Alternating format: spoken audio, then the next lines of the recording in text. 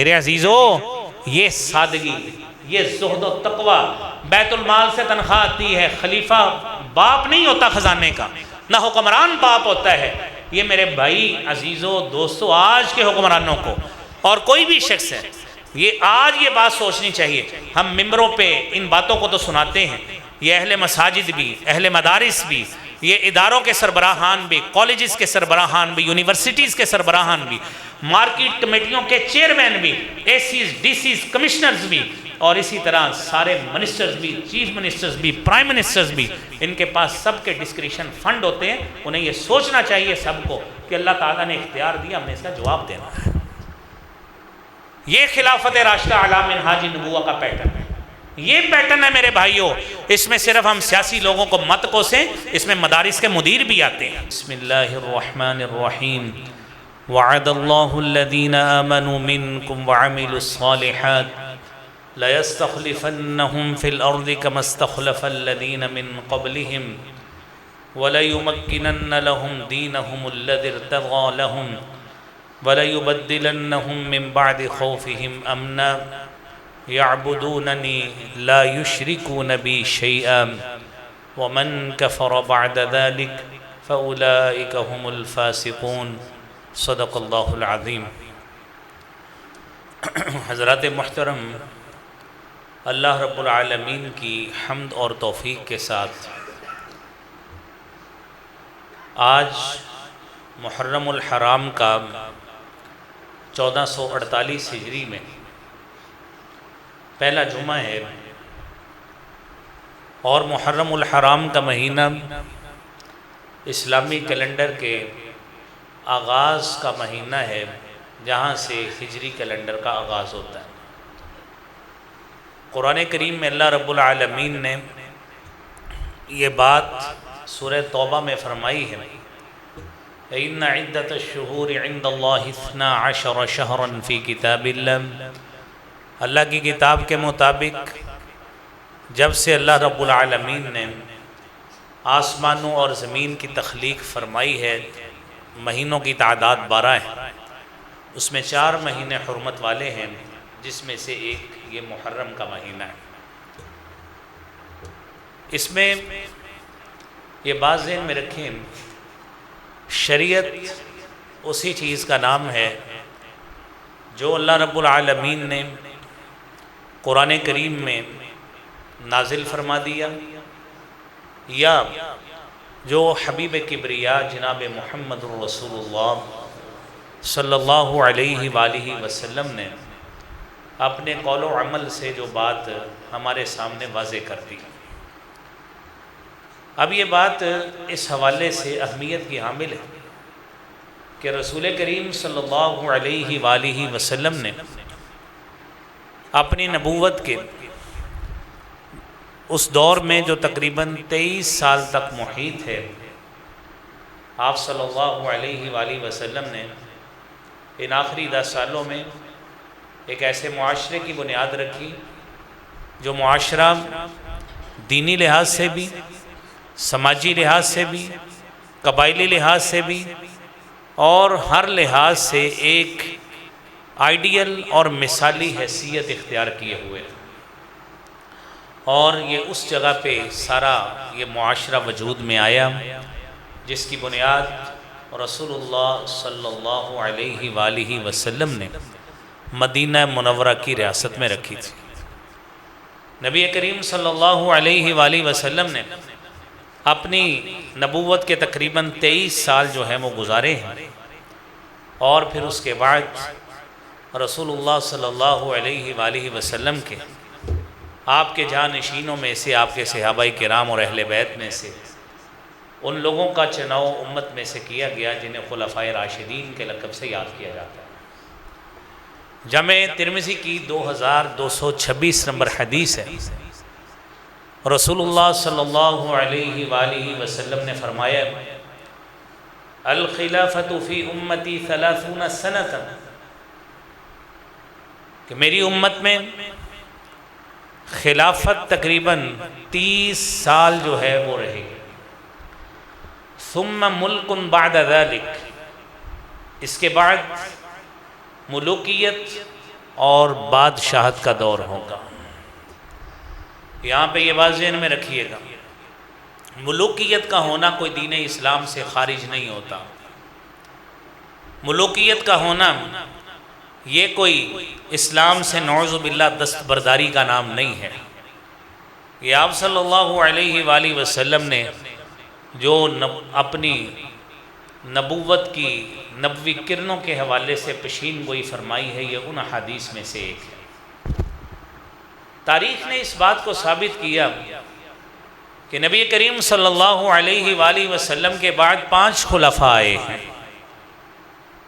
اور میں نے 5 کا لفظ بولا ہے۔ آپ ساتھی حیران ہوئے ہوں گے کہ خلفاء تو 4 تھے، تو جب خلافت راشدہ اعلی منہاج النبوہ کا لفظ بولا جاتا ہے، خلافت راشدہ ایسی خلافت جو ہدایت پر مبنی تھی، وہ خلفاء جو ہادی و مہدی تھے، وہ خلفاء جنہوں نے اس منہج اور اس طریق کو اپنایا اور اس مشن کو اپنایا جو نبوی مشن تھا جناب محمد مصطفیٰ صلی اللہ علیہ وآلہ وسلم کا۔ تو میرے بھائیوں، ان خلفاء میں سب سے پہلے خلیفہ ہیں ابو بکر صدیق رضی اللہ تعالی عنہ، جن کی خلافت کا دورانیہ ہے 12 ربیع الاول 11 ہجری سے لے کر 22 جمادی الثانی 13 ہجری تک۔ اس کے بعد دوسرے خلیفہ ہیں سیدنا عمر فاروق رضی اللہ تعالی عنہ۔ سیدنا عمر فاروق رضی اللہ تعالی عنہ کی خلافت کا دورانیہ ہے سیدنا ابو بکر صدیق رضی اللہ تعالی عنہ کی وفات کے بعد 22 جمادی الثانی 13 ہجری سے لے کر 1 محرم 24 ہجری تک۔ اور یہ یاد رہے کہ عمر فاروق رضی اللہ تعالی عنہ پہ جب قاتلانہ حملہ ہوا ہے وہ 26 ذی الحج کی تاریخ تھی 23 ہجری میں۔ 4 دن آپ موت و حیات کی کشمکش میں بیماری میں رہے اس حملے کی وجہ سے 1 محرم کو آپ کی شہادت ہوئی۔ 1 محرم 24 ہجری کو سیدنا عثمان رضی اللہ تعالی عنہ خلیفہ بنے، اور آپ کی خلافت کا جو دورانیہ ہے وہ 18 ذی الحج 35 ہجری تک کا ہے۔ اس کے بعد آگے چلیے، اس کے بعد سیدنا علی رضی اللہ تعالی عنہ اسی دن کیلف بنے ہیں، اور پھر حضرت علی رضی اللہ تعالی عنہ کی خلافت 21 رمضان 40 ہجری تک جاری رہی۔ 21 رمضان 40 ہجری تک تقریباً 4.25 سال کا دورانیہ ہے۔ اس کے بعد 6 ماہ حضرت علی کے بڑے بیٹے حضرت حسن بن علی رضی اللہ تعالی عنہ خلیفہ بنے۔ 6 ماہ ان کی خلافت رہی۔ یہ سارے دورانیے کو 5 خلفاء کے ملائیں تو یہ 30 سال بنتے ہیں، اور نبی کریم صلی اللہ علیہ وآلہ وسلم کی وہ پیشین گوئی جو آپ نے فرمایا تھا الخلافت فی امتی 30 سنۃ، کہ میری امت میں خلافت 30 سال تک رہے گی، یہ پیشین گوئی آپ کی اس انداز میں پوری ہوتی ہے۔ اس کے بعد 41 ہجری میں یاد رہے 12 ربیع الاول 11 ہجری کو نبی کریم صلی اللہ علیہ وآلہ وسلم دنیا سے چلے گئے۔ ابو بکر صدیق آپ کے خلیفہ بنے ہیں۔ اب اس کے بعد آپ دیکھتے جائیے خلافت راشدہ کا یہ دور یہ یہاں پہ ختم ہوا ہے، ملوکیت کا دور شروع ہوا ہے۔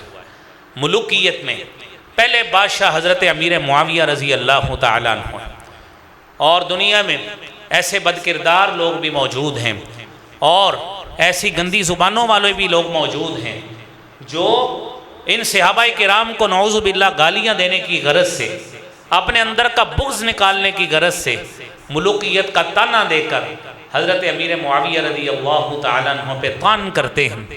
یاد رہے میرے بھائیوں، حضرت سلیمان علیہ السلام نے اللہ رب العالمین سے بادشاہت مانگی، قرآن کریم میں اس کا تذکرہ موجود ہے۔ حضرت سلیمان نے اللہ سے دعا کی، رب هب لي ملكا لا ينبغي لأحد من بعدي إنك أنت الوهاب۔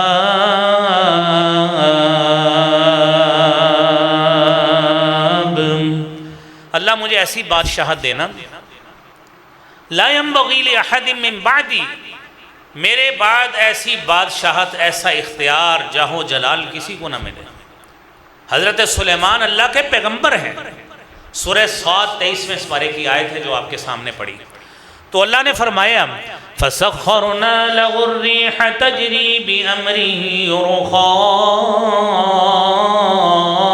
حَيْثُ أَصَابَ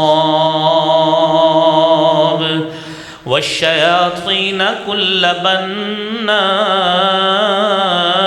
وَغَوَّاصٍ۔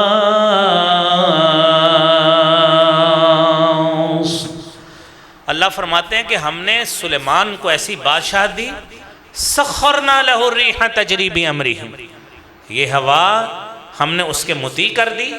ہوا کا چلنا میرے بھائیوں نہ آپ کے اختیار میں ہوتا ہے نہ میرے اختیار میں ہوتا ہے، نہ کسی بادشاہ کے اختیار میں ہوتا ہے نہ کسی وزیر کے اختیار میں ہوتا ہے، لیکن اللہ فرماتے ہیں سلیمان کی دعا کی بدولت ہم نے اس کو ایسی بادشاہت دی، ہوا کو اس کے مطیع کر دیا۔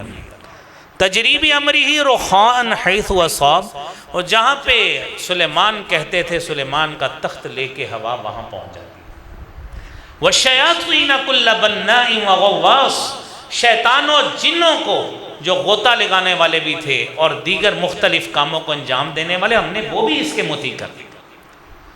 اب یہ اور ایسے جن بھی، ایسے شیطان بھی، وَآخَرِينَ مُقَرَّنِينَ فِي الْأَصْفَادِ، ایسے جنات کو، ایسے شیطانوں کو جو زنجیروں میں جکڑے ہوئے تھے، ہم نے سلیمان کو ایسی طاقت دی، سلیمان نے ان کو بھی قابو کیا ہوگا۔ یہ ساری میرے بھائیوں قرآن کریم کی آیات ہیں، یاد رہے۔ حضرت حسن رضی اللہ تعالی عنہ نبی کریم صلی اللہ علیہ وآلہ وسلم کی گود میں ایک دن بیٹھے ہوئے تھے۔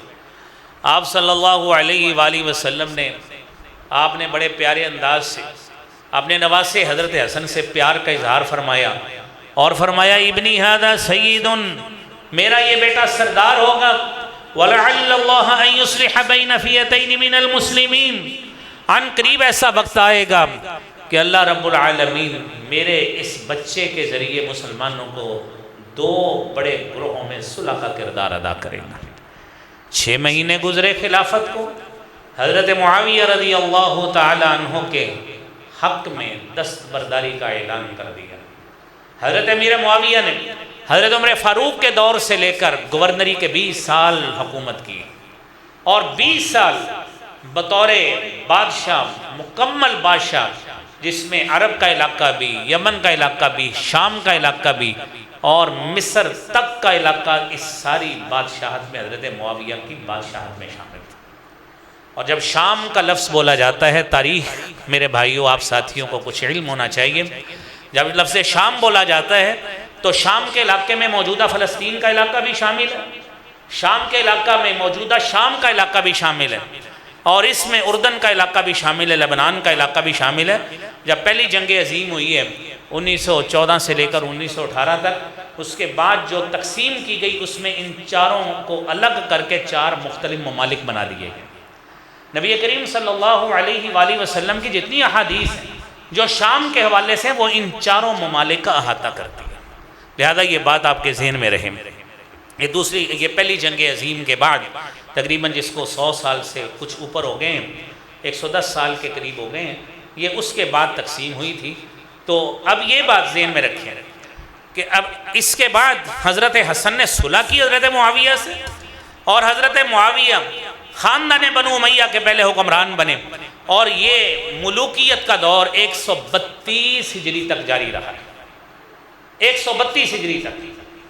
اب اس کے بعد میرے عزیز بھائیوں، اب آگے اس کے بعد ہم نے دیکھنا ہے کہ نبی کریم صلی اللہ علیہ وآلہ وسلم کے یہ 4 خلفاء، جس کا آغاز اس دور کا حضرت سیدنا ابو بکر صدیق رضی اللہ تعالیٰ عنہ سے ہوتا ہے۔ ان خلافت راشدہ کے ایام اور اس دور کے مختلف ایام کیسے گزرا کرتے تھے؟ عوام الناس کے لیے کیا سہولتیں تھیں؟ ظاہری بات ہے ان حکومتوں کی کچھ خاصیات تھی، کچھ خصائص تھے، خصوصیات تھیں، جس وجہ سے آج ہر مسلمان اس خواہش کا اظہار کرتا ہے کہ مجھے بھی اس دور کا عدل نصیب ہو جائے جو حضرت عمر فاروق کیا کرتے تھے۔ مجھے بھی اس دور کی صداقت نصیب ہو جائے جو حضرت ابو بکر صدیق رضی اللہ تعالیٰ عنہ کے ساتھ صفت متصف ہے، اور مجھے بھی حیا کا اس طرح کا پیکر بنا دیا جائے، یا میں بھی اس طرح کا حیا اور با حیا شخص بنوں جو حضرت عثمان غنی رضی اللہ تعالیٰ عنہ تھے، اور آج کے قاضی کو، آج کے جج کو، اور آج جوڈیشری کے ہر عادل کو، جو بھی فیصلہ کرنے والا منصف ہے، اس کو اللہ تعالیٰ حضرت علی جیسا منصف اور جج بنائے۔ تو میرے عزیز بھائیوں، نبی کریم صلی اللہ علیہ وآلہ وسلم نے مختلف مواقع پر ان صحابہ کرام کے لیے دعائیں بھی کی ہیں اور خلافت راشدہ کی پیشین گوئی بھی کی ہیں، اور یہ یاد رہے ان خلفاء میں سے جن کے پانچوں کے آپ کو نام لیے ہیں، آپ کو حضرت ابو بکر صدیق بھی، سیدنا عثمان رضی اللہ تعالیٰ عنہ بھی، یعنی یہ وہ صحابہ ہیں، یہ پانچوں کے پانچوں، عمر فاروق بھی، عثمان بھی، علی بھی، جنہوں نے ساری زندگی بچپن بھی گزارا ہے، انہی علاقوں میں گزارا ہے۔ کوئی شخص حضرت ان تمام پانچوں حضرات کے کردار پہ کوئی انگلی نہیں اٹھا سکتا، کہ کوئی شخص نعوذ باللہ کسی کے اوپر بد کرداری کا الزام لگا ہو، کسی شخص پہ کوئی الزام لگا ہو، کرپشن کا الزام لگا ہو، نہیں میرے بھائیوں، کردار کے ایسے سچے اور سچے آدمی تھے کہ ساری زندگی انہوں نے اپنی پہلے نبی کریم صلی اللہ علیہ وآلہ وسلم کی صحبت میں گزاری، اور آپ کے بعد جب خلافت ملی ہے تو حکمران ہونے کا بھی حق ادا کیا ہے۔ اور مزے کی بات یہ ہے، ان پانچوں میں سے کوئی بھی اس بات کا طالب نہیں تھا کہ مجھے حکمران بنا دیا جائے، کوئی اس بات کا خواہش مند نہیں تھا کہ مجھے حکمران بنایا جائے، میں اس کو زیادہ اس انداز سے بہتر ادا کر سکتا ہوں، بلکہ جس کو بھی حکمرانی ملی ہے اس نے پہلے راتیں رو کر گزاری ہے کہ یہ کون سی مصیبت میرے سر آن پڑی ہے، کتنی بڑی ذمہ داری میرے سر پہ آن پڑی ہے کہ مجھے اپنا کیا حساب کتاب، مجھے پوری امت کا بھی حساب کتاب دینا پڑے گا۔ تو میرے بھائیوں، علامہ ماوردی رحمۃ اللہ علیہ نے الاحکام السلطانیہ، جو کہ ہر حکمران کو یہ کتاب پڑھنی چاہیے، اور دینی مدارس میں اس کتاب کا ریفرنس کے طور پہ اس کا تعارف کرایا جاتا ہے، اور انہوں نے ایک خلیفہ اور ایک حکمران کے 7 فرائض کو بیان کیا ہے، اور یہ ساتوں کے ساتوں فرائض ہمارے خلافت راشدہ کے ان پانچوں خلفاء میں بدرجہ اتم موجود تھے۔ میرے عزیز بھائیوں، سب سے پہلی صفت ایک حکمران کی ہونی چاہیے، وہ دین کی حفاظت کرنے والا ہو، مساجد اور مدارس کی اور دین کی اقدار کا تحفظ کرنے والا ہو، اور یہ سارے وہ حکمران تھے جنہوں نے میرے بھائیوں، جنہوں نے مساجد بھی بنوائیں، جنہوں نے دین کی سربلندی کے لیے کام بھی کیا، اور اس کے ساتھ ساتھ دینی اقدار کے تحفظ کے لیے اپنی دیانتداری، اپنی وفاداری، یتامہ مساکین کی کفالت کا بدرجہ اتم اس بات کا اہتمام کیا۔ تو میرے بھائیوں، یہ دین کا تحفظ ان کی اولین ترجیح ہوتی تھی، اور سورہ حج کی وہ آیت جو اللہ رب العالمین نے ایک حکمران کے لیے جو بطور فرائض جس چیز کو بتایا ہے وہ بھی آپ سماعت فرمائیں۔ ان حکمرانوں نے، ان خلفاء نے بدرجہ اتم ان چیزوں کو اپنی خلافت میں میرے بھائیوں نافذ کیا۔ الذین مکناہم فی الارض اقاموا الصلاة وآتوا الزکاة وأمروا بالمعروف ونهوا عن المنكر وللہ عاقبۃ الامور۔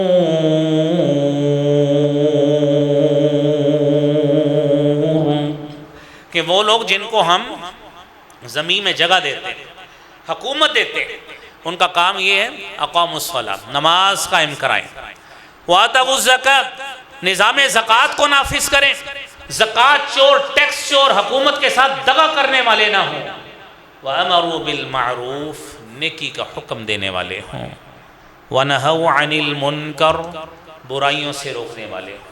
یہ میرے بھائیوں، یہ خلفاء خود 5 وقت کیا، 7 8 وقت کے نمازی تھے، راتوں کو تہجدیں پڑھنے والے تھے، رات رو رو کر اللہ سے استغفار کرنے والے بھی تھے، اور راتوں کو راؤنڈ لگا لگا کر لوگوں کا پرسان حال کو دریافت کرنے والے بھی تھے۔ تو میرے بھائیوں، یہ وہ صفات ہیں جو علامہ ماوردی نے بیان کی ہیں۔ نمبر 2 یہ ہے انصاف کو رائج کریں، انصاف، نظام انصاف کو رائج کرنا، جو امیر اور غریب کے لیے الگ الگ نہیں ہوتا، جو سیاستدان کے لیے اور کامن پرسن کے لیے الگ نہیں ہوتا، جو کسی پارلیمنٹیرین کے لیے اور کسی دیہی علاقے کے لیے اس کے باسیوں کے لیے الگ نہیں ہوتا، جو کسی تجار کے طبقہ کے لیے یا جوڈیشری کے لیے یا ایلیٹ کلاس کے لیے الگ نہیں ہوتا، بلکہ نظام انصاف وہ ہونا چاہیے جس میں امیر بھی وہی ہو، برابر ہو، غریب بھی برابر ہو۔ قاضی شرح نے جس طرح خلیفہ حضرت علی رضی اللہ تعالیٰ عنہ کو ان کے اوپر الزام تھا، انہوں نے سامنے کھڑا کر لیا، یہ نہیں دیکھا کہ میرا خلیفہ ہے۔ یہ میرے بھائیوں، یہ نظام انصاف ہے جس کو رائج کرنا ان خلافت راشدہ کے خلفاء نے میرے بھائیوں بدرجہ اتم اس چیز کو نافذ کیا۔ اور پھر نمبر 3 یہ ہے ملک کی حفاظت کرنا، اس کی باؤنڈریز کا تحفظ کرنا اور علاقے کے باسیوں کا تحفظ کرنا، ان کی جان مال عزت کا تحفظ کرنا، جو حدیث طیبہ میں نبی کریم صلی اللہ علیہ وآلہ وسلم نے فرمایا ہے کہ کل مسلم علی المسلم حرام دمہ ومالہ وعرضہ، کہ ہر مسلمان دوسرے مسلمان پہ حرام ہے، دمہ اس کا خون حرام ہے، کوئی مسلمان کس کو قتل نہیں کر سکتا، کوئی مسلمان کسی کا مال غبن نہیں کر سکتا، کوئی مسلمان کسی کے عزت کی پامالی نہیں کر سکتا۔ یہ میرے بھائیوں، یہ ملک کی حفاظت میں ملک بھی اور ملک کے باسی بھی شامل ہوا کرتے ہیں۔ اور چوتھی بات یہ ہے غیر مسلم رعایا کا تحفظ کرنا، کیونکہ اسلامی ریاست میں اقلیت کے طور پہ غیر مسلم لوگ بھی رہتے ہیں اور مختلف ادیان کے پیروکار، مختلف شریعتوں کے یا مختلف مذاہب کے پیروکار بھی رہتے ہیں، لہذا ان کا تحفظ کرنا، ان کی عبادت گاہوں کا تحفظ کرنا، یہ میرے بھائیوں یہ بھی حکمران پہ فرض ہے۔ نبی کریم صلی اللہ علیہ وآلہ وسلم نے فرمایا من قتل معاہدا، جس نے کسی معاہد کو قتل کیا، جو شخص معاہدے کے تحت پاکستانیوں کے ساتھ مثال کے طور پہ رہتا ہے کہ پاکستان اسلامی ملک ہے، اس میں عیسائی بھی رہتے ہیں، اس میں ہندو بھی رہتے ہیں، اس میں سکھ بھی رہتے ہیں، جو شخص بغیر کسی جرم کے، بغیر کسی چیز کے ان کو قتل کرتا ہے، نبی کریم صلی اللہ علیہ وآلہ وسلم نے فرمایا لم یجد رائحۃ الجنہ، شاید اس کے ذہن میں ہو کہ مجھے جنت ملے گی، میرے نبی فرماتے ہیں لم یجد رائحۃ الجنہ، اس کو جنت کی خوشبو بھی نہیں ملے۔ تو میرے بھائیوں، غیر مسلم رعایا کا تحفظ کرنا یہ بھی حکمران کی ذمہ داری ہے۔ پانچویں بات یہ ہے بیت المال سے مستحق لوگوں کا معقول وظیفہ لگانا، یہ میرے بھائیوں ریاست کے حکمران کو اور جو بھی ان کا رئیس بنتا ہے، حکمران بنتا ہے، سرکاری ذمہ داری نبھاتا ہے، اس کو اس انداز سے نبھانی چاہیے۔ اور چھٹی بات یہ ہے دیانتدار اور قابل لوگوں کا ان موضوع عہدوں پر تقرر کرنا، یہ میرے بھائیوں حکمران کے لیے ضروری ہے۔ اور پھر خلیفہ سلطنت کے جتنے بھی امور ہیں، جتنے بھی معاملات ہیں، جتنی وزارتیں ہیں، جتنے محکمے ہیں، خلیفہ اتنا بریک بین ہونا چاہیے جس کی سب پہ نظر ہو۔ یہ نہ ہو کہ اس کو فائنانس کا پتہ نہیں ہے، اس کو خارجی امور کا پتہ نہیں ہے، اس کو داخلی امور کا پتہ نہیں ہے۔ جس کا اتنا وین کام کرتا ہو، اتنا کچھ کام کرتا ہو، دماغی لحاظ سے اتنا مسلم ہو، پختہ ہو، وہ شخص ان چیزوں کے بننے کا اہل ہے۔ یہ علامہ ماوردی رحمۃ اللہ علیہ نے الاحکام السلطانیہ میں یہ 7 شرائط ایک حکمران کے لیے، خلیفہ کے لیے آئے، اور ہمارے خلفائے راشدین میں سب کے سب میں میرے بھائیوں یہ بدرجہ اتم موجود تھی۔ اور جب خلیفہ کا تقرر ہوتا، حضرت ابو بکر صدیق رضی اللہ تعالی عنہ ان کے حوالے سے یہ بات البدایہ والنہایہ، علامہ ابن کثیر رحمۃ اللہ علیہ البدایہ والنہایہ میں 6ویں جلد 302 نمبر صفحہ ہے، ابو بکر صدیق رضی اللہ تعالیٰ عنہ کا قول ہے واللہ ما کنت صراحۃ علی الامارہ، اللہ کی قسم مجھے بالکل کوئی طلب نہیں تھی امارت پر، یوم ولا لیلہ، نہ کسی دن طلب ہوئی نہ کسی رات میں طلب ہوئی، وَلَوْ سَأَلْتُهَا اللَّهُ وَلَا سَأَلْتُهَا اللَّهَ فِي سِرٍ وَلَا عَلَانِيَةٍ، اور نہ ہی اللہ کی قسم میں نے خفیہ طور پہ نہ ظاہری طور پہ کبھی اس امارت کو طلب کیا ہے۔ اور جب حضرت عمر فاروق رضی اللہ تعالیٰ عنہ کے حوالے سے حضرت ابو بکر صدیق رضی اللہ تعالیٰ عنہ نے تقرر کیا، اپنے طور پہ مشورہ دیا اپنے خلافت کے آخری ایام میں کہ میرے بعد عمر موزوں شخص ہے، تو مشیران نے کہا وہ تو بڑا سخت آدمی ہے، انہوں نے کہا جب خلافت کی ذمہ داری بڑھے گی تو وہ نرمی اس کے اندر از خود آ جائے گی۔ اور جیسے ہی حضرت عمر فاروق رضی اللہ تعالیٰ عنہ کو حکمرانی ملی ہے، ساری رات رو کے گزاری کہ اللہ رب العالمین مجھے کس ذمہ داری کی طرف لگا دیا گیا ہے، میں تو اس بات کو عائد ہی نہیں کر سکتا۔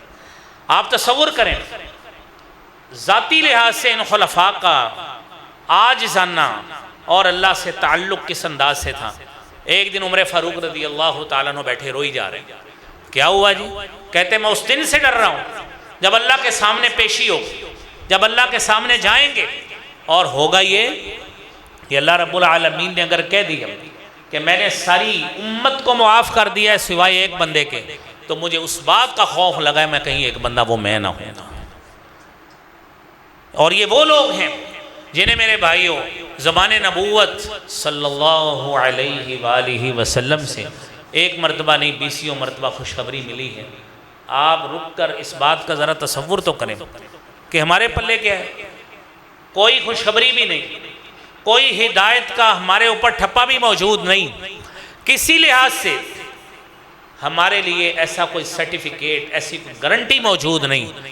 لیکن میرے بھائیوں ہمیں اپنے رویوں کو چیک کرنا چاہیے کہ ہم کتنا عبادت سے منسلک ہیں، کتنا لوگوں کی خیر خواہی میں منسلک ہیں، یہ ہمیں سوچنا چاہیے۔ اور میرے بھائیوں عزیزوں دوستوں، پہلی بات یہی ہے کہ یہ خلافت علی منہاج النبوہ تھی، یہ خلافت راشدہ کی خاصیت ہے کہ یہ وہی طریقے پہ خلافت تھی، اسی انداز سے جو حضرت رسول اللہ صلی اللہ علیہ وآلہ وسلم نے جس ریاست کو قائم کیا اسی کا تسلسل تھا۔ ابو بکر صدیق رضی اللہ تعالیٰ عنہ کو جب خلیفہ بنے، کچھ قبائل نے زکوٰۃ دینے سے انکار کیا۔ حضرت ابو بکر صدیق رضی اللہ تعالیٰ عنہ نے اعلان کیا واللہ لأقاتلن من فرق بین الصلاة والزکاة، اللہ کی قسم میں ابو بکر صدیق رضی اللہ تعالیٰ عنہ اس شخص سے ضرور لڑائی کروں گا، جہاد کروں گا جس شخص نے نماز اور زکوٰۃ میں فرق کیا۔ فرق کیسا کیا کہ میں نماز تو پڑھوں گا لیکن زکوٰۃ نہیں دوں گا۔ ابو بکر صدیق کہتے ہیں جس نے اس بات کو فرق محسوس کیا اللہ کی قسم میں اسے جہاد کر کے زکوٰۃ وصول کروں گا۔ یہ ہے خلافہ علی منہاج النبوہ، وہی طریقہ جو ابو بکر صدیق رضی اللہ تعالیٰ عنہ سے پیش رو حضرت رسول اللہ صلی اللہ علیہ وآلہ وسلم کرتے تھے، ابو بکر صدیق نے اسی نظام کو رائج کیا اور ساتھ کہا اگر ایک شخص ایک رسی اللہ کے رستے میں زکوٰۃ کے طور پہ دور نبوی صلی اللہ علیہ وآلہ وسلم میں ادا کیا کرتا تھا، آج اس نے انکار کر دیا ہے، اللہ کی قسم میں اس سے لڑائی کر کے جہاد کر کے وہ رسی بھی لوں گا کہ اس نے زکوٰۃ سے کیوں انکار کیا۔ یہ میرے بھائیوں خلافت علی منہاج النبوہ ہے، یہ خلافت راشدہ کی خاصیت ہے۔ اور پھر دوسرے نمبر پر نظام خلافت راشدہ کی خاصیت یہ کہ شورائیت تھی، مشاورت تھی، اور یہ یاد رہے دنیا میں کوئی بھی حکومت اس وقت تک قائم صحیح معنوں میں نہیں ہو سکتی جب تک اس میں مشاورتی کونسل، ان کے مشیران، ان کے ایڈوائزری کونسل کے ممبر جب تک صحیح معنوں میں دیانتدار اور مخلص نہ ہو۔ اگر مشاورتی کونسل کے ممبر، ایڈوائزری کونسل کے ممبر یا کسی ملک کے پارلیمنٹیرین یا حکومت بنانے والے لوگ اگر لالچ سے بھرے ہوئے اور بددیانتی سے بھرے ہوئے تو کیسے ممکن ہے اس ملک میں نظام عدل آ جائے؟ کیسے ممکن ہے وہاں کے لوگ سارے کے سارے مخلص بن جائیں؟ وہ سارے بد عہد بنیں گے، بددیانت بنیں گے، اور جس طرح کے وہ کرپٹ ہوں گے امت ان سے 4 ہاتھ آگے اس طرح کی اسی بدترین انداز میں نکلے۔ تو میرے عزیزوں شورائیت کیسی تھی؟ حضرت ابو بکر صدیق رضی اللہ تعالیٰ عنہ نے اپنی مشاورتی کونسل میں عمر فاروق کو رکھا، عثمان کو رکھا، علی کو رکھا، عبد الرحمن بن عوف کو رکھا، زید بن ثابت کو رکھا۔ یہ ایک بات ذہن میں رکھیں، ایک مشاورتی کونسل وہ ہے جو عوام الناس کی، عوامی رائے کے اظہار کے لیے، عوامی بیعت حاصل کرنے کے لیے۔ ایک وہ مجلس خاص ہوتی جس طرح کیبنٹ ہوتی ہے، اس کا ایک جھلک، وہ الگ بات ہے کہ یہ کس طرح کے ہوتے ہیں، لیکن بات یہ ہے کہ جس طرح کسی بھی ملک میں کابینہ ہوتی ہے اسی طرح خلفاء کی مجلس خاص ہوتی تھی۔ عمر فاروق رضی اللہ تعالیٰ عنہ نے اپنی کابینہ میں حضرت عثمان کو ممبر لیا، حضرت علی کو لیا، حضرت عبد الرحمن بن عوف کو لیا، حضرت معاذ بن جبل رضی اللہ تعالیٰ عنہ کو لیا، حضرت ابی بن کعب کو لیا، حضرت زید بن ثابت رضی اللہ تعالیٰ عنہ کو لیا۔ یہ میرے بھائیوں یہ وہ کبار لوگ ہیں جن کی ہر لحاظ سے نبی کریم صلی اللہ علیہ وسلم نے کسی نہ کسی طرح صفت ضرور بیان کی۔ آپ کو 2 جمعے پہلے آپ نے لمبی ایک حدیث سنی تھی، وقت نہیں ہے، کہ آپ نے ہر ان صحابی کے بارے میں اللہ کے رسول صلی اللہ علیہ وسلم نے صفت بیان کی کہ آپ نے قرآن سیکھنا ہے ابی بن کعب سے سیکھیں، حلال و حرام کے بارے میں جاننا ہے سب سے زیادہ زید بن ثابت جاننے والے، اور بہترین فیصلے اور عدل کرنے والا اگر کوئی شخص ہے، عدل کرنے والا ہے تو عمر فاروق ہے، بہترین فیصلے کرنے والا ہے تو علی بن ابی طالب رضی اللہ تعالیٰ۔ تو یہ خلافت اعلی منہاج النبوہ کا تسلسل، شورائیت کا نظام، اور تیسرے نمبر پہ میرے بھائیوں مساوات اور عدل و انصاف، جو نبی کریم صلی اللہ علیہ وآلہ وسلم نے خطبہ حجۃ الوداع کے موقع پر یہ بات کہی تھی، لا فضل لعربی علی عجمی ولا لعجمی علی عربی، کسی عربی کو عجمی پر، عجمی کو عربی پر، ولا لاحمر علی اسود، کسی سرخ کو سیاہ پر، سیاہ کو سرخ پر کوئی برتری نہیں ہے، فضل الا بالتقوی، تقوی پہ برتری ہے، کلکم بنی آدم، تم سارے کے سارے آدم کی اولاد ہو، وآدم خلق من تراب، آدم کو مٹی سے پیدا کیا گیا۔ کوئی انسان کو اپنی اصلیت کو نہیں بھولنا چاہیے۔ تو اللہ کے نبی صلی اللہ علیہ وآلہ وسلم نے جو بات یہاں پہ فرمائی، ابو بکر صدیق رضی اللہ تعالیٰ عنہ نے میرے عزیزوں میرے بھائیوں اسی انداز سے اس کو آگے اپنی خلافت کے دور میں اس کو نافذ کیا۔ اور میرے عزیز بھائیوں اور دوستوں، کوئی لسانی تقسیم نہیں، کوئی طبقاتی تقسیم نہیں کہ یہ قبائلی ہے، یہ مہاجر ہے، یہ فلاں ہے، یہ انصاری، نہیں، سارے کے سارے لوگ یکجان ہو کر دین کا تحفظ کرنے والے بھی تھے اور ایک دوسرے کے لیے اخوت اور بھائی چارے کا دم بھی بھرنے والے تھے۔ یہ خلافت راشدہ اعلی منہاج النبوہ اس انداز سے عوام میں پھر سرایت کی کہ لوگوں میں ساری زندگی، آج 1448 کا دور شروع ہو گیا ہے، 1400 سال سے اوپر اس کو گزر گئے، لیکن آج بھی اس خلافت راشدہ اعلی منہاج النبوہ کو بطور پیٹرن اور نمونہ پیش کیا جاتا ہے۔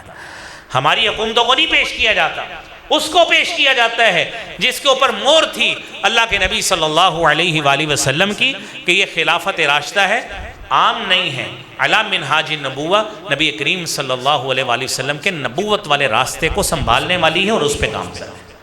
اور عزیزان گرامی، اگلی خاصیت اس کی یہ ہے کہ حکمرانوں کا ذاتی طور پہ زہد و تقویٰ تھا، سادگی تھی۔ کیسی سادگی تھی؟ عمر فاروق رضی اللہ تعالیٰ عنہ جس نے رومیوں کو شکست دی، روم کی بڑی سپر پاور کو شکست دی۔ میرے عزیزوں، آپ نے یہ واقعہ لوگوں سے پہلے بھی سنا ہوگا کہ جب روم کا قاصد عمر فاروق رضی اللہ تعالیٰ عنہ کو ملنے آتا ہے، ایک کچی سی اینٹ رکھ کر درخت کے نیچے وہ خلیفہ حکمران 22 لاکھ مربع میل کا حکمران سویا ہوا ہے، 22 لاکھ مربع میل کا، اور ہمارے پاکستان کا رقبہ سارا علاقہ متنازع بھی ملا کے 7,96,096 اسکوائر کلومیٹر ہے، مربع میل نہیں ہے، کلومیٹر ہے، اور ایک میل میں 1.6 کلومیٹر ہوتے ہیں، تو آپ اس کو مائلز کو کنورٹ کریں گے نا تو یہ 4 لاکھ سم تھنگ رہ جانا ہے، ٹھیک ہے؟ تو 22 لاکھ مربع میل کا حکمران وہ اینٹ رکھ کے سویا ہوا ہے، بڑے حیرانگی سے منہ پہ ہاتھ رکھ کے کہتا ہے، 3 لفظ اس نے بولے، عدلتا، تو نے عدل کیا ہے، فَأَمِّنْتَ، تو امن میں ہے، فَنِّمْتَ، تو سکون سے سو رہا ہے۔ 3 بات، 3 لفظ، عدلتا، تو نے عدل کیا ہے، فَأَمِّنْتَ، تو بڑے امن میں ہے، فَنِّمْتَ، بڑے سکون سے سو رہا ہے۔ یہ باتیں آج میرے بھائیوں یہی 3 الفاظ، عدل ہے ہمارے پاس؟ نہیں، امن ہے؟ نہیں، اور پھر سکون کی نیند کیسے آئے گی؟ سکون تو اسی وقت نیند آئے گی نا جتنا جس کے پاس پیسہ ہے وہ اتنی زیادہ نیند کی گولیاں کھا کے سوتا ہے۔ کیوں سوتا ہے؟ کہ اس کو پریشانی، اس کو اس کے سر پہ خوف سوار ہے۔ کس کس چیز کا ان دیکھا خوف سوار ہے میرے بھائیوں؟ چھوٹے طبقے سے لے کر بڑے طبقے تک یہی کیفیت ہے۔ بات یہ ہے زہد و تقویٰ نہیں، اور سادگی کا وہ علم جو تھامنا چاہیے تھا خلفائے راشدین سے مستعار لینا تھا، بدقسمتی سے بھول بیٹھے۔ اور میرے عزیزوں بھائیوں، بیت المال کا عوامی دولت کا کس طرح استعمال تھا، وہ کیسا؟ آپ تصور کریں، حضرت ابوبکر صدیق رضی اللہ تعالیٰ عنہ پہلا خطبہ دیا، خلافت کا پہلا خطبہ، جس طرح ہمارے پرائم منسٹر پہلی تقریر کرتے ہیں، پہلا خطبہ دیا، کیا کہتے ہیں؟ کہتے ہیں کہ آج کے بعد میری وہ تنخواہ ہوگی جو میری ریاست میں کم سے کم ایک مزدور کی تنخواہ ہے، تاکہ مجھے یہ احساس ہو کہ اس کی زندگی کس طرح کی گزرتی ہے۔ اور ایک دن آپ تصور کریں، ایک دن ان کی بیوی نے ایک روزانہ جس طرح خواتین کچھ نہ کچھ بچاتی ہیں، پیسہ بچا لیا، کوئی کپڑا بچا لیا، کوئی اس طرح، ابو بکر صدیق رضی اللہ تعالیٰ عنہ کی بیوی نے کچھ پیسے روزانہ رکھنے اور بچا کے ایک دن میٹھی ڈش تیار کر کے ابو بکر صدیق رضی اللہ تعالیٰ عنہ کو پیش کی۔ ابو بکر صدیق نے فوری طور پہ اس پہ استفسار کیا کہ یہ کہاں سے بنائی؟ کہنے لگے، بیوی کہنے لگی کہ حضور بات یہ ہے کہ جتنے آپ نے پیسے مجھے دیے تھے نا، اس میں سے میں نے بچا کے رکھے تھے، آج اس میں سے یہ سویٹ ڈش تیار کر دی ہے۔ کہنے لگے مجھے اندازہ ہو گیا اس سے کم پہ بھی گزارا ہو سکتا ہے، آج کے بعد میری تنخواہ اتنی ہو جائے گی۔ میرے عزیزو، یہ سادگی، یہ زہد و تقوی، بیت المال سے تنخواہ آتی ہے، خلیفہ باپ نہیں ہوتا خزانے کا، نہ حکمران باپ ہوتا ہے۔ یہ میرے بھائی عزیزو دوستو، آج کے حکمرانوں کو اور کوئی بھی شخص ہے، یہ آج یہ بات سوچنی چاہیے۔ ہم ممبروں پہ ان باتوں کو تو سناتے ہیں، یہ اہل مساجد بھی، اہل مدارس بھی، یہ اداروں کے سربراہان بھی، کالجز کے سربراہان بھی، یونیورسٹیز کے سربراہان بھی، مارکیٹ کمیٹیوں کے چیئرمین بھی، اے سیز، ڈی سیز، کمشنرز بھی، اور اسی طرح سارے منسٹرز بھی، چیف منسٹرز بھی، پرائم منسٹرز بھی، ان کے پاس سب کے ڈسکریشن فنڈ ہوتے ہیں۔ انہیں یہ سوچنا چاہیے سب کو کہ اللہ تعالیٰ نے اختیار دیا، ہمیں اس کا جواب دینا ہے۔ یہ خلافت راشدہ علی منہاج نبوہ کا پیٹرن ہے، یہ پیٹرن ہے میرے بھائیوں۔ اس میں صرف ہم سیاسی لوگوں کو مت کوسیں، اس میں مدارس کے مدیر بھی آتے ہیں اور مساجد کے سربراہان صدر بھی آتے ہیں، مساجد اور مدارس کے خزانچی بھی آتے ہیں کہ ان کے پاس بھی پیسے ہوتے ہیں۔ ان میں سے جو عدل کر رہا ہے، انصاف کر رہا ہے، امانت کا حق ادا کر رہا ہے، بہت اچھی بات ہے، اس کا معاملہ اللہ کے سپرد ہے۔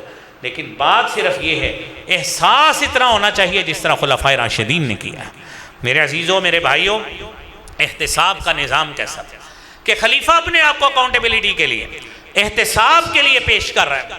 یہ خلافت راشدہ کی خاصیت۔ ہر حج کے موقع پہ عمال کا حساب، گورنرز کا حساب کہ یہ میرا گورنر کھڑا ہے، اگر کسی کو اس کے خلاف شکایت ہو تو بتائیں۔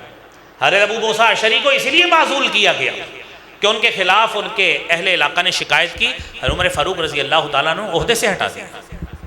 تو میرے بھائیوں، گورنر کا تقرر ہوتا تھا، سرکاری جس کو سرکاری تنخواہ جاتی تھی، عمر فاروق رضی اللہ تعالیٰ عنہ 4 شرطیں لگاتے تھے۔ اور آج میرے بھائیوں تصور کیجئے، ہم خلافت راشدہ کے نظام کی بات کرتے ہیں اور خلافت راشدہ کی خاصیات کی بات کرتے ہیں۔ عمر فاروق 4 شرطیں لگاتے تھے۔ آپ کو میں ریاستی ذمہ داری دے رہا ہوں، آپ کو سرکاری عمال بنا رہا ہوں، ان میں شامل کر رہا ہوں، عامل بنا رہا ہوں۔ پہلی بات، دروازے پہ گارڈ نہیں رکھنے، ایک شرط، دروازے پہ گارڈ نہیں رکھنے۔ نمبر 2، باریک کپڑے نہیں پہننے۔ آپ امیر شو ہوں گے، مجھے ایسا بندہ نہیں چاہیے جو لوگوں میں امارت کا، اپنی کا اعلان اور پرچار کرتا پھر، باریک کپڑے نہیں پہننے۔ نمبر 3، ترکی گھوڑے پہ سوار نہیں ہونا۔ یہ بڑی بڑی لینڈ کروزرز، بڑی بڑی برانڈ کی گاڑیاں آج استعمال کرنے والے، خلفاء کی مثال دینے والے، ریاست مدینہ یا اسلامی سلطنت کا پرچار، دعوے دار اور تحفظ کے نعرے لگانے والے بھی یہ سوچیں کہ اس پہ عمل کیا تھا۔ تو میرے بھائیوں، اگلی بات، چوتھی بات، چھنا ہوا آٹا نہیں کھانا۔ یہ عمر فاروق شرط لگایا کرتے تھے، آٹا چھان کر نہیں کھانا۔ کیوں جی؟ آپ کے اندر یہ سہل پسندی آئے گی، نہیں کھانا۔ یہ شرطیں لگاتے تھے، عام چیزیں کھانی ہیں جو ایک عام شخص کھاتا ہے، تب سرکاری ذمہ داری ملے گی۔ یہ خلافت راشدہ۔ میرے بھائیوں، اس خلافت راشدہ کا پرچار ہم مسلمان مختلف ایام میں، مختلف ادوار میں، تقاریر میں لوگوں کے سامنے کرتے ہیں۔ تو میرے عزیزوں دیکھیے، کیا آج احتساب کا نظام اس طرح موجود ہے؟ کیا آپ کسی سرکاری آفیشل کو یہ بات کہہ سکتے ہیں کہ آپ کے پاس یہ فلاں چیز کہاں سے آئی ہے؟ آپ کے پاس یہ فلاں ایسٹ، فلاں اثاثے کہاں سے بنے؟ عمر فاروق تو جمعہ کا خطبہ دینے لگے، آپ نے یہ واقعہ تو سنا ہے لیکن شاید آپ کو پتہ نہیں بندہ کون تھا۔ حضرت سلمان فارسی رضی اللہ تعالیٰ عنہ تھے، جنہوں نے کھڑے ہو کے کہہ دیا کہ ہم اس وقت تک آپ کو خطبہ جمعہ نہیں دینے دیں گے۔ آپ یہ بات بتائیں کہ بیت المال سے تو چادریں آئی تھیں، ایک ایک سب کو، آپ کا قد ہم سے بڑا ہے، ہمارا سوٹ نہیں بنا، آپ کا کیسے بن گیا؟ آپ کا کیسے بن گیا؟ جب تک آپ ہمیں جواب نہیں دیں گے ہم آپ کے پیچھے جھما نہیں پڑیں گے۔ حضرت عبداللہ بن عمر رضی اللہ تعالیٰ عنہما، عمر فاروق کے بیٹے تھے، کھڑے ہوئے کہنے لگے بیت المال سے مجھے بھی چادر ملی تھی، میں نے اپنے باپ کو وہ گفٹ کی، 2 چادریں مل کر میرے باپ کا کپڑا بنا ہے۔ تب حضرت سلمان فارسی دوبارہ کھڑے ہوئے، کہنے لگے اب ہم آپ کی بات سنیں گے بھی، آپ کی بات مانیں گے بھی، آپ راہ راست کے خلیفہ ہیں۔ میرے عزیزو بھائیو، یہ بات مد نظر رکھنی چاہیے۔ آخری بات کر کے بات ختم کرتے ہیں۔ نبی کریم صلی اللہ علیہ وآلہ وسلم نے کسی کو خلیفہ ہونے کی وصیت نہیں کی کہ میرے بعد یہ خلیفہ ہے۔ آپ صلی اللہ علیہ وآلہ وسلم نے صحیح مسلم کی 2408 نمبر حدیث کے مطابق جو غدیر خم پہ بھی خطبہ دیا ہے، آپ صلی اللہ علیہ وآلہ وسلم نے یہ بات فرمائی کہ من کنت مولاہ فعلی مولا، جس کا میں دوست ہوں علی بھی دوست ہے۔ وجہ کیا تھی؟ سبب کیا تھا؟ کہ حضرت علی رضی اللہ تعالیٰ عنہ نے، آپ بھی اسی طرح ہی جس طرح رسول کریم صلی اللہ علیہ وآلہ وسلم بیت المال کا تحفظ کرنے والے، جنوبی یمن سے فتح کر کے آئے، 300 گھوڑ سواروں کو لے کر گئے حضرت علی، 10 ذی الحج 10 ہجری کی بات۔ آپ صلی اللہ علیہ وسلم حج کو چلے، علی کو مہم پہ بھیج دیا۔ وہاں پہ یہ ہوا کہ حضرت علی رضی اللہ تعالیٰ عنہ نے وہاں پہ جو مال غنیمت حاصل ہوا، خمس آپ صلی اللہ علیہ وسلم کا نکال دیا۔ ساتھیوں نے، مجاہدین نے، سپاہیوں نے کہا مال غنیمت دیں، کہا نہیں دینے، اللہ کے نبی صلی اللہ علیہ وسلم کے پاس جا کے دیں۔ حج کا وقت ہو گیا، حضرت ابو رافع رضی اللہ تعالیٰ عنہ کو اپنا نائب بنایا اور کہنے لگے میں اللہ کے نبی صلی اللہ علیہ وسلم کے ساتھ حج میں مل رہا ہوں، حج کر کے آپ سے دوبارہ ملوں۔ پیدل جاتے تھے، گھوڑے تھے، کتنا ٹائم لگتا ہوگا تصور کریں، راستے میں پڑاؤ بھی کرتے۔ حج ہو گیا، مقام صدر پہ حضرت علی رضی اللہ تعالیٰ عنہ نے وہاں پہ جوائن کیا ان کو، اور جب جوائن کیا تو دیکھا لوگوں نے تو 2 چادریں لی ہوئی ہیں، یمن کی چادریں۔ کہاں سے ملی؟ کہتے جی ابو رافع نے دی۔ آپ کو غصہ آیا، یہ کام کیوں کیا؟ یہ تو بیت المال کی تھی، آپ کو کس نے حق دیا؟ واپس کرو۔ واپس نہیں چادریں، بیت المال کی چادریں واپس نہیں۔ اور لوگوں نے حضرت علی کو برا بلا کہا کہ اس نے چادریں کیوں لی واپس؟ نبی کریم صلی اللہ علیہ وسلم تک بات پہنچی، آپ واپس جا رہے تھے، 18 ذی الحج کی بات ہے، غدیر خم پہ آپ نے خطبہ وہاں پہ دیا۔ وہاں پہ جا کے آپ نے یہ بات کہی، اس خطبے کا کرکس یہ ہے، آپ نے فرمایا، سارا خطبہ مسنونہ پڑھ کے آپ صلی اللہ علیہ وآلہ وسلم نے لوگوں کو مخاطب کیا اور فرمایا ترکت فیکم امرین، میں تمہارے درمیان 2 چیزیں چھوڑ کے جا رہا ہوں، لن تضلوا ما تمسکتم بہما، جب تک اس کو تھامو رکھے گے گمراہ نہیں ہوگی، کتاب اللہ، اللہ کی کتاب، اور 3 مرتبہ فرمایا اذکرکم اللہ فی اہل بیتی، اذکرکم اللہ فی اہل بیتی، اذکرکم اللہ فی اہل بیتی، میں تمہیں اپنے اہل بیت کے بارے میں وصیت کرتا ہوں، اہل بیت کے بارے میں اچھا سلوک کرنے کی وصیت کرتا ہوں، اہل بیت کے بارے میں اچھا سلوک کرنے کی وصیت کرتا ہوں۔ دوسری حدیث مستدرک جو سنن نسائی کی ہے، اس میں فرمایا من کنت ولیہ فہذا ولیہ، جس کا میں دوست ہوں علی بھی اس کا دوست۔ خلافت کی وصیت نہیں کی، خلافت کی وصیت نہیں کی، عوام الناس نے اپنے رائے کے ساتھ ابو بکر صدیق رضی اللہ تعالیٰ عنہ کو میرے بھائیوں خلیفہ بنایا ہے۔ یہ خلافت راشدہ کا تسلسل تھا۔ اللہ کریم ہم سب کو صحابہ کرام اہل بیت سے محبت کی توفیق عطا فرمائے۔ وآخر دعوانا الحمدللہ رب العالمین۔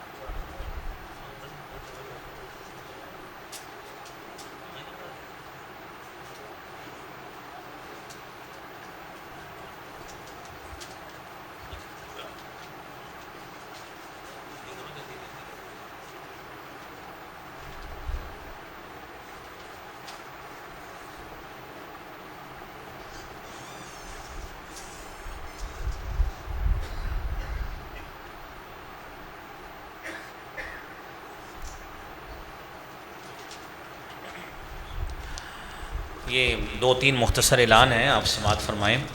یہ پہلا اعلان ہے، ہماری ادھر جامع مسجد محمدی شیخ کالونی میں یہ 20 جون سے لے کر 4 جولائی تک کیمپ جو ہے سمر کیمپ بچوں کے لیے اسلامک سمر کیمپ لگ رہا ہے۔ بچوں کی عمر ہونی چاہیے 5 سے 10 سال اور بچیوں کی عمر ہونی چاہیے 5 سے 14 سال۔ 20 جون سے لے کر 4 جولائی تک ہفتے والے دن سے لے کر جمعرات تک ان کا تربیتی کیمپ ہوگا۔ 4:30 بجے سے لے کر 6:30 بجے تک 2 گھنٹے اپنے بچوں کو جو چھوٹے بچے ہیں اس میں بھیجیں۔ ظاہری بات ہے خواتین ان کی کلاس لیں گی اور بچوں کو کوئی تربیت کریں گی، کوئی دعائیں سکھائیں گی، کوئی تہذیب سکھائیں گی۔ تو یہ بچوں کی عمر بھی آپ کو بتا دی ہے 5 سے 10 سال اور بچیوں کی عمر 5 سے 14 سال ہماری اسی مسجد میں۔ تو آپ ساتھی جو ہیں اس وقت میں ہفتے والے دن سے لے کر جمعرات والے دن تک یہ اس کا دورانیہ ہے 4:30 سے 6:30 بجے۔ یہ دوسرا اعلان ہے، یہ دفاع صحابہ اور اہل بیت کا 4 روزہ کورس ہے جامع مسجد رحمت اہل حدیث لیاقت آباد نمبر 2 گلی نمبر 10 فیصل آباد میں 23 جون سے لے کر 26 جون تک یہ 4 روزہ یہ جو ہے وہ کورس ہے۔ اور اس میں 4 اس میں مغرب کی نماز سے لے کر عشاء کی نماز تک دروس ہوں گے، جس میں فضیلت الشیخ مولانا ارشاد اللہ قصری صاحب، فضیلت الشیخ مولانا غلام مصطفیٰ ظہیر امن پوری صاحب، ڈاکٹر عتیق الرحمان صاحب، مولانا شیخ ندیم صاحب، مفتی عتیق الرحمان علوی صاحب، مفتی یحییٰ عارفی صاحب، میں خاکسار آپ کے سامنے کھڑا ہوں، میں بھی اس کا حصہ ہوں گا۔ تو آپ جو ساتھی دفاع صحابہ اور اہل بیت کورس میں شرکت کرنا چاہیں بلکہ کرنی چاہیے، 2 گھنٹے آپ نے کرنا کیا، مغرب سے عشاء دکانیں بند ہونی ہیں، جا کے کچھ چنگی گلاں سیکھو جا کے اتوں جا کے۔ تو یہ ہمارے بھائی ایک آئے ہیں انجم اسلام صاحب، آئیں کھڑے ہو جائیں ذرا۔ یہ ضرورت مند ہے، یہ گارڈ کا کام بھی کرتے ہیں لیکن ان کو بیچاروں کو گھریلو پسماندگی ہے، ذاتی ضرورت کے تحت آئے ہیں۔ یہ نماز کے بعد باہر کھڑے ہوں گے تو ان کے ساتھ ساتھی جو ہے نا وہ تعاون فرمائیے گا۔ الحمدللہ نحمدہ ونستعینہ ونستغفرہ